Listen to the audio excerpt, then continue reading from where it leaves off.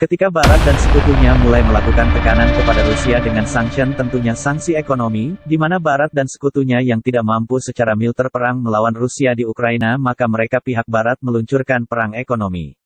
Tekanan kepada pihak Rusia dalam bentuk lain. Sanksi ekonomi seperti tidak dikirimnya kebutuhan harian, bahan baku produksi hingga transaksi dunia dengan SWIFT dolar di blok dan lain sebagainya dilakukan oleh banyak negara terhadap Rusia.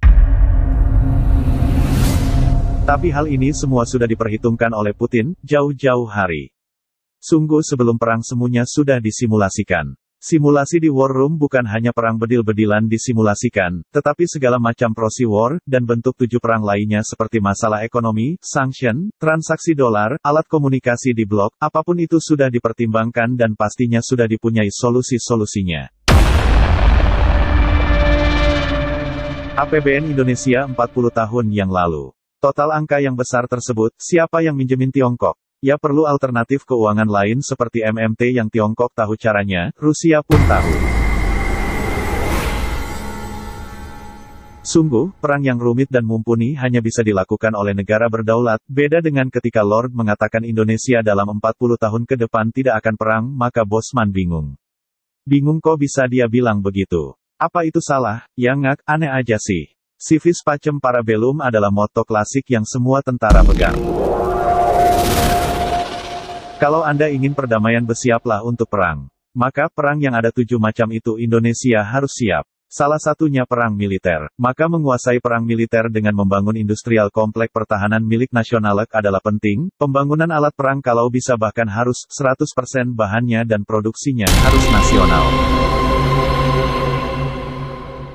Kesalahan melihat Lord yang berpengaruh dalam arsitek nasional Indonesia baik luar dan dalam negeri membuat Indonesia sekarang dianggap negara yang soft. ASEAN tidak anggap kakak lagi ke Indonesia. Buktinya apa? Di tengah potensi krisis ekonomi dunia akibat perang, Wakanda pemimpinnya hanya mengingatkan akan naiknya barang-barang. Mengingatkan dong? Ja, wong bodoh ngaku pinter juga bisa kalau mengingatkan doang. Lalu ngerjain apa sih kalian? Jadi keinget gosip nasional saat ini. Dihembuskannya tambah jabatan 3 tahun lagi karena pandemi dan masalah dunia membuat tidak semestinya pemilu diadakan.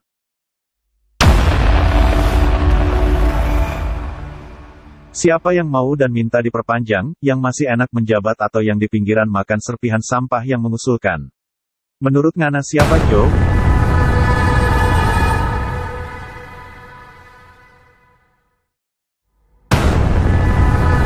Tapi hal ini semua sudah diperhitungkan oleh Putin, jauh-jauh hari. Sungguh sebelum perang semuanya sudah disimulasikan. Simulasi di War Room bukan hanya perang bedil-bedilan disimulasikan, tetapi segala macam proxy war, dan bentuk 7 perang lainnya seperti masalah ekonomi, sanction, transaksi dolar, alat komunikasi di blok, apapun itu sudah dipertimbangkan dan pastinya sudah dipunyai solusi-solusinya.